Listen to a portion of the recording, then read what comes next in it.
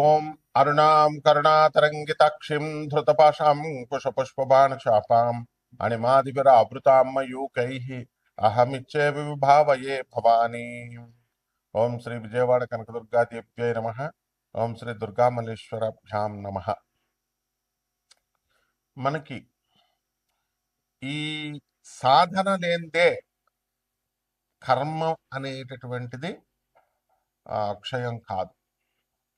ప్రతి ఒక్కళ్ళు కూడా చూడండి, ఆ, పాత తరం నుంచి ఏ గాయత్రి మంత్రం అనుష్ఠానము, లేకపోతే లలితా సహస్రము, విష్ణు సహస్రము, ఏదో ఒకటి ఒక ఉపాసనా దేవతని ఉపాసిస్తూ మరి వీళ్ళంతా కూడా ఆ ముందుకెళ్ళేవారు. జాతక ఫలాలు రావాలంటే ఈ మధ్యకాలంలో ఏమైపోయిందంటే, ఏమండి యూట్యూబ్లో చెప్పే జ్యోతిష్కుల కంటే మేమే బెటర్ అండి అని కస్టమర్స్ వీళ్ళు చాలా ఆస్ట్రాలజీని చాలా ఈజీగా తీసుకుంటున్నారు. లేకపోతే పొట్టి శ్రీరాములు యూనివర్సిటీకి వెళ్ళి నేర్చేసుకుంటాం, లేకపోతే ఇంకో చోట ఎక్కడో మేము ఎంఏ ఆస్ట్రాలజీ చేసాం. ఇవన్నీ ఏమి కుదరవండి. జ్యోతిష శాస్త్రం అనేటటువంటిది ఒక గురు పరంపరలో రావాలి. ఋషులందరూ ఏ ఎంఏ ఆస్ట్రాలజీలు అవి ఇవి యూనివర్సిటీల్లో చేయించారా వాళ్ళ శిష్యులకి? కాబట్టి జ్యోతిష శాస్త్రాన్ని ఒక చుక్కాని లాంటిది. ఇది మనం పూర్వజన్మ చేసినటువంటి కర్మల్ని, మరి ఇప్పుడు రేపు అనుభవించబోయేటటువంటి కష్టాల్ని, సుఖాల్ని, వీటినన్నిటిని కూడా అది చూపించి మార్చుకో నువ్వు అని చెప్తుంది. అయితే దాన్ని ఫలదీపికని తీసుకొచ్చి ఈ రెమెడీస్ చేస్తే ఇలా అయిపోద్ది, ఆ రెమెడీస్ చేస్తే ఇలా అయిపోద్ది అని అతిగా ప్రచారం చేయడం వల్ల మొత్తం ఉన్నది పోయే, ఉంచుకున్నది పోయే అన్నట్టుగా జ్యోతిష శాస్త్రంలో దానిపైన, ఆ శాస్త్రం మీద నమ్మకం పోగొట్టేశారు. కాబట్టి మొట్టమొదటగా ఏంటంటే జ్యోతిష శాస్త్రం అనేటటువంటిది నేర్చుకుంటే వచ్చేది కాదు. ఇది ఫస్ట్ పాయింట్. ఎవరైతే ఎంఏ ఆస్ట్రాలజీలు చేసాము, లేకపోతే ఈ చేసాము అని వాళ్ళని చూసి మేము కూడా చేసేస్తామని అనుకోవడం, అది కేవలము మూర్ఖత్వమే అవుతుంది. గురు పరంపరలో సాధనా పరంగా రావాలి. మా గురువు గారు మధు కృష్ణమూర్తి శాస్త్రి గారు మొత్తం యావత్ ప్రపంచంలోనే నెంబర్ 1 జ్యోతిష్కులుగా, ఇండియన్ ఆస్ట్రాలజికల్ సొసైటీకి ప్రెసిడెంట్గా, రాజమండ్రిలో ఆయనకి తిరుగులేనటువంటి పేరు ప్రపంచం అంతా. Shakuntala Devi last 10 years world human computer ఆమె రావడము, మేము ఉమారామలింగ కళ్యాణ మండపంలో జ్యోతిష సదస్సులు పెడితే అక్కడికి రావడము, ఆమెకు మేము మా గురుగారు ముహూర్తాలు పెట్టడం, ఇవన్నీ చేసేవారు. అలాగే బెంగళూరు వెంకటరామన్ గారు వీళ్ళంతా కూడా వచ్చేవారు. అది మా గురుగారి సర్కిల్. అది గురు పరంపరగా రావాలి. అలాగే ఈ సాధన అనేటటువంటిది ముఖ్యం. ఎవరో ఒక దేవత లేకపోతే జ్యోతిష శాస్త్రం ఫలించదు, ప్రిడిక్షన్స్ చెప్పలేము. అలాగే మోడర్న్ సైన్స్ ని కూడా మనము దాన్ని బ్లెండ్ చేయాలి. ప్రాచీనమైనటువంటి ఈ ఋషి శాస్త్రాన్ని, ఋషిప్రోక్తమైన జ్యోతిష్ శాస్త్రాన్ని. అందువలన మనకి శంబాల గ్రామం అని ఇప్పుడు ఈ మధ్యకాలంలో సినిమా వచ్చింది చూడండి మీరు. శంబాల బై ముల్లపూడి సత్యనారాయణమూర్తి అని మీరు యూట్యూబ్లో చూడండి, కొడితే వస్తుంది. అందులో కాన్సెప్ట్ ఏమిటంటే the first landscape on the earth. మొట్టమొదటగా ఏర్పడినటువంటి భూభాగము, బ్రహ్మదేవుడు సృష్టించిన దాంట్లో మొట్టమొదటి భూభాగం అని నేను చెప్తున్నాను. ఇప్పుడు వీడియోస్ అన్ని చూడండి. అందులో ఇప్పుడు మొన్న సినిమా శంబాల సినిమా వచ్చింది కదా, మరి ఆ సినిమాలో same zoological survey of India మనకు సర్టిఫై చేసిందని నేను చెప్పాను అక్కడ. అది ఎక్కడండి? రాంచీ దగ్గర 120 కిలోమీటర్ల దగ్గర ఆనందనగర్ అని గూగుల్ చేయండి, యూట్యూబ్లో చూడండి, వస్తుంది. అక్కడ అదే శంబాలా నగరం, పురూలియా జిల్లా, వెస్ట్ బెంగాల్లో నేను చెప్పాను. అది మా గురువుగారు అయినటువంటి ప్రభాత్ రంజన్ సర్కార్, ఈయన ఎవరో కాదు, సుభాష్ చంద్రబోస్ మేనల్లుడు ఆయన. ఆయన చెప్పినటువంటి ఈ యొక్క శంబాలా గ్రామం, అక్కడ ఫాసిల్స్ తీసాం. ఫాసిల్స్ అంటే ఏంటంటే 1,00,000 సంవత్సరాల, కోట్ల సంవత్సరాల క్రితం పూలులు, డైనోసర్లు ఇవన్నీ కూడా ఉంటాయి. అవన్నీ రాకుగా, వాటి స్కల్స్ అన్ని కూడా రాకుగా మారతాయి, రాయిగా. అవన్నీ కూడా మేము లేక్ గార్డెన్స్ లో కలకటాలో మా గురువు గారి యొక్క మధుమైంష అని మా గురువు గారి క్వార్టర్స్ లో ఇప్పటికీ ఉన్నది. ఇంటర్నేషనల్ ఎగ్జిబిషన్ అది. ఎలా అంటే కంప్లీట్ ఆనందనగర్ లో కూడా ఉన్నాయి. కాబట్టి ఇవి ఎలాగైతే స్వామి వివేకానంద గారు గాంధీ పోర్బందర్ గాంధీ ఆశ్రమం, మహాత్మా గాంధీ ఆశ్రమంలో ఎలాగైతే మీరు వెళ్ళి చూడగలుగుతారో, అలా ఎగ్జిబిషన్ గా మేము పెట్టాం. కాబట్టి ఇది వరల్డ్ లోనే ఐక్యరాజ్య సమితిలో సభ్యత్వం ఉన్నటువంటి అలాగే ఈ యొక్క ఆ ఈ అక్కడికి వెళ్ళి మనము ఈ ఫాసిల్స్ ని చూడొచ్చు అనమాట. అదే మీటిఆర్ కింద ఆకాశంలో నుంచి ఒక ఆ, ఇంకొక ప్లానెట్ యొక్క భాగం పడినట్టుగా సినిమాలో చూపించారు. అలాగే దీన్ని సర్టిఫై చేసేది జులాజికల్ సర్వే ఆఫ్ ఇండియా అని చెప్పారు. ఇది భూభాగం సర్టిఫై చేసింది. అలాగే national NGRI national geological research సెంటర్లో డిప్యూటీ డైరెక్టర్గా పనిచేస్తున్నటువంటి శ్రీవాత్సవ గారు, ఆర్యన్ అనే శ్రీవాత్సవ గారు, ఆయన మొన్నే రిటైర్ అయ్యారు సార్.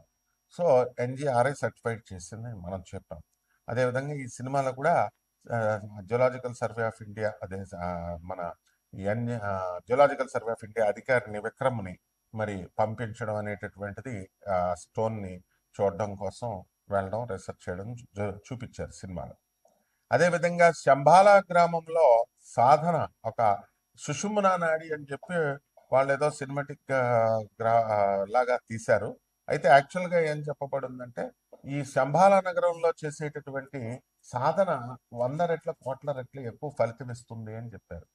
రామ రామ రామ అని దాని ముందు ఒక శ్రీ పెట్టేస్తే చాలు, కోట్ల రామ నామాలు జపించినంత ఫలితం వస్తుందని శ్రీరామ రామ రామేతి రమే రామే మనోరమే సహస్రనామ తత్తుల్యం, దానికి సమానము, తత్తుల్యం రామనామ వరాన్ని చెప్పింది.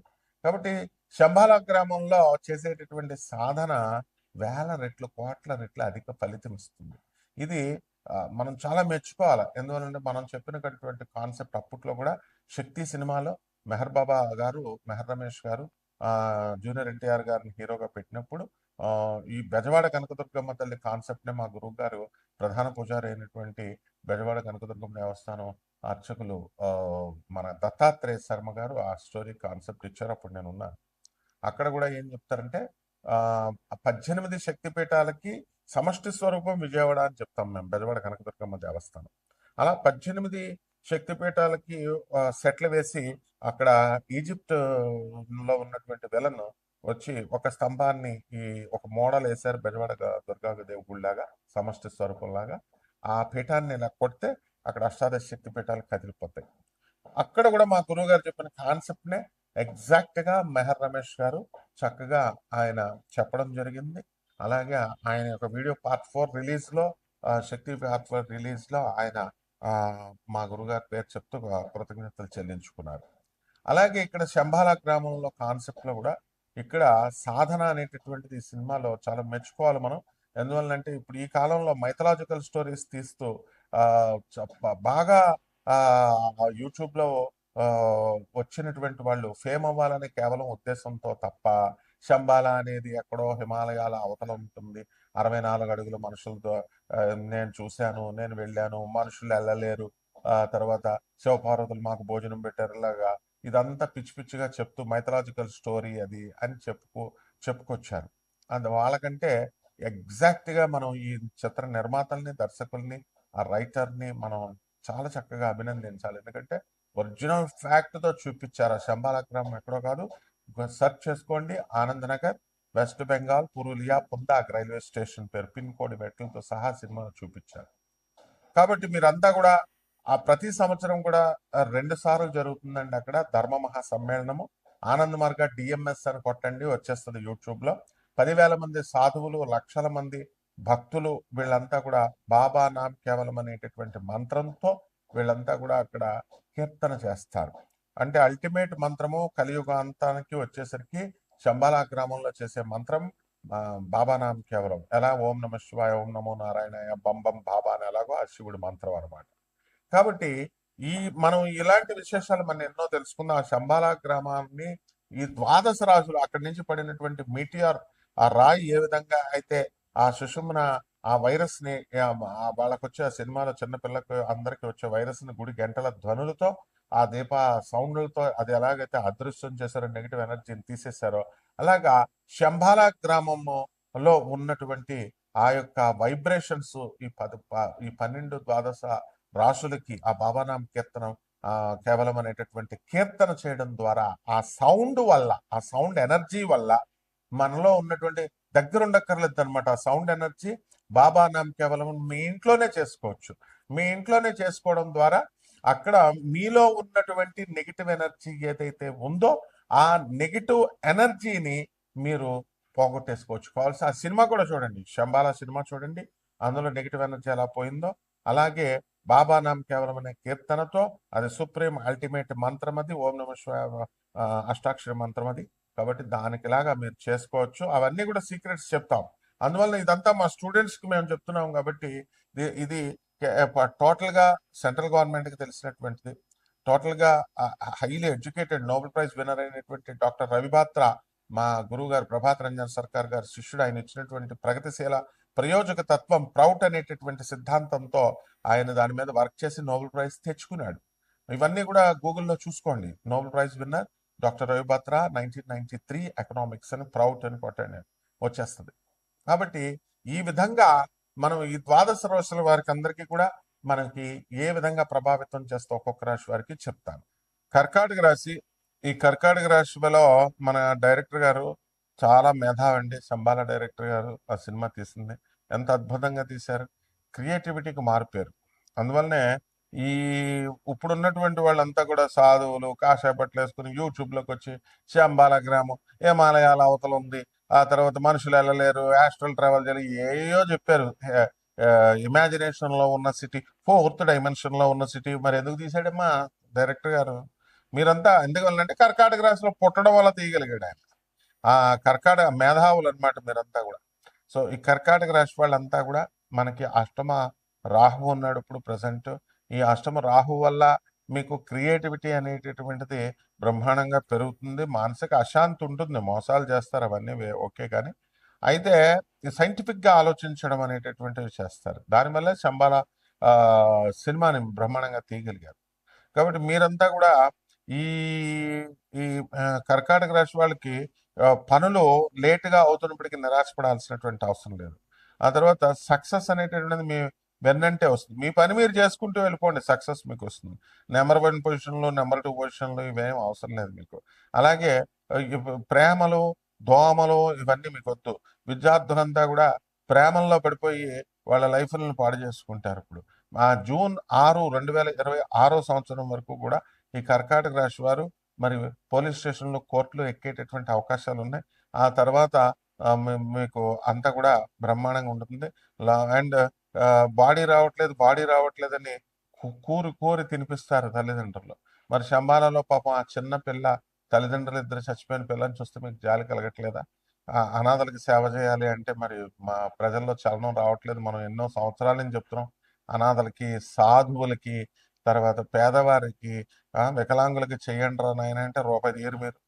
తర్వాత ఈ యొక్క రాశి వారికి అంతా కూడా, కర్కాటక రాశి వారు చక్కగా వర్క్ ఓరియంటెడ్గా ఉంటారు. భార్యాభర్తల మధ్య ఇగోలు వచ్చేసి, ఫైటింగ్లు వచ్చేసి వీళ్ళంతా కూడా కోర్టులకు వెళ్ళిపోయినటువంటి సందర్భాలు ఉన్నాయి. మరి ఇవి ఇంకా సెటిల్ కావు. కేవలం మీరు బాబా నామ్ కేవలం అనేటటువంటి శంబాలా మంత్రం, అది కలియుగంలో ఏకైక మంత్రం. ఇప్పుడు కలియుగాంతానికి మంత్రం అది ఓం నమో నారాయణాయ అనేటటువంటిది. మనకి ఓం నమో వెంకటేశాయ అనేది కలియుగ ప్రభువు శ్రీనివాసుడు. ఆ మంత్రం చేస్తేనే మీకు వస్తుంది. ఏమండి నేను ఓం నమ శివాయ చేస్తాను, ఓం నమో భగవతే వాసుదేవాయ చేస్తానంటే చేసుకోండి, వస్తాయి. కానీ ఈ యుగానికి ఇప్పుడు ప్రైమ్ మినిస్టర్ ఎవరంటే మోడీ అనే చెప్పాలి. ఇప్పుడు 2026 సంవత్సరంలో మన్మోహన్ సింగ్ ఒకప్పుడు చేశాడని చెప్తే కుదురుతుందా? లేకపోతే రేపు రాబోయే తరంలో మనకు ఇంకొకళ్ళు వచ్చేవాళ్ళ పేరు చెప్తే కుదురుతుందా? కుదరదు కదా. అలా కలియుగం అంతా కూడా ఆయన కనుసైగల్లో నడుస్తుంది, కనుసన్నల్లో నడుస్తుంది. అందుకనే ఓం నమో వెంకటేశాయ అంటాం. అయితే దాని తదనంతరం కలియుగ అంతానికి మంత్రం ఇచ్చారు. కలికి అవతారం వస్తాడు అని చెప్పారు కదా. శంబాల మంత్రం బాబా నామ్ కేవలం. బాబా అంటే ఏదో సాయిబాబానో లేకపోతే అలాది కాదు నాయన. బాబా అంటే బంభం బాబా, శివుడు అనమాట. బంభం బాబా, అదే అది చేస్తే కొంచెం ఫలితం వస్తుంది. బాబా నామ్ కేవలం అంటే సుప్రీం కాన్షియస్నెస్ అన ఆ పదాలు అలా చేశారు. ఇది అర్థం అవ్వాలంటే నోబెల్ ప్రైజ్ తీసుకున్న డాక్టర్ రవిభద్ర గారిని గూగుల్లో చేసి చూస్తే మీకు తెలుస్తుంది. ప్రభాత్ రంజన్ సర్కార్ గారు ఎవరో తెలియాలి. పర్సనల్ కాంటాక్ట్ని ఆయన ఇచ్చి నీతా అంబానీ, ముఖేష్ అంబానీ, సుశీల్ గోయంకా గారు, టాటా, బిర్లా, రతన్ టాటా, వీళ్ళంతా కూడా మరి ఇటువంటి గొప్ప గొప్ప వాళ్ళందరూ కూడా ఆనంద్ మార్గ్ శిష్యులు అనమాట, ప్రభాత్ రంజన్ సర్కార్ గారు శిష్యులు. కాబట్టి ప్రపంచానికే తెలుసు. వాళ్ళు రొనాల్డ్ రేగన్కి తెలుసు, పుతిన్కి తెలుసు, ఋషి సునాంక్కి తెలుసు. ఆ స్థాయి అనమాట అయింది. కాబట్టి మిమ్మల్ని కూడా ఆ స్థాయిలోకి తీసుకెళ్ళడం కోసం మీకు ఈ శంబాల మంత్రాన్ని మా చంద్రగుప్త మౌర్య, మా చంద్రమౌళి మరి ఆర్ట్స్ డైరెక్టర్ అండ్ దత్తాత్రేయ వీళ్ళంతా ఛానల్ ఓనర్స్ వీళ్ళు చక్కగా క్రియేటివ్గా మీకు అందిస్తున్నారు. కాబట్టి మీరు జాగ్రత్తగా జపం చేసుకోండి. ఇక పరిహారాల దగ్గరికి వచ్చేసరికి కర్కాటక రాశికి మరి ఈ యొక్క శనికి చక్కగా శని జపం చేయండి, శని స్తోత్రాలు చదవండి, శనికి కిలోంపావు నల్ల నువ్వుల నల్లని వస్త్రాలు ఇచ్చి పేద బ్రాహ్మణులకి శనివారం నడుపున 8 గంటలకు దానం చేసుకోండి. దశ మహావిద్యల్లో ఒకటైనటువంటి మహాకాళి అమ్మవారి యొక్క మంత్ర జపాన్ని చేసుకోండి. రావి చెట్టు చుట్టూ మీరు ప్రదక్షిణాలు చేసుకుంటూ ఓం శనేశ్వరాయ నమః అంటూ చేసుకోండి. హాయిగా నిద్రపడుతుంది, బ్రహ్మాండంగా కష్టాలు పోతాయి. సోఫాలోనే జస్ట్ అలా వాలగానే నిద్ర పట్టేస్తుంది. శుభమస్తు.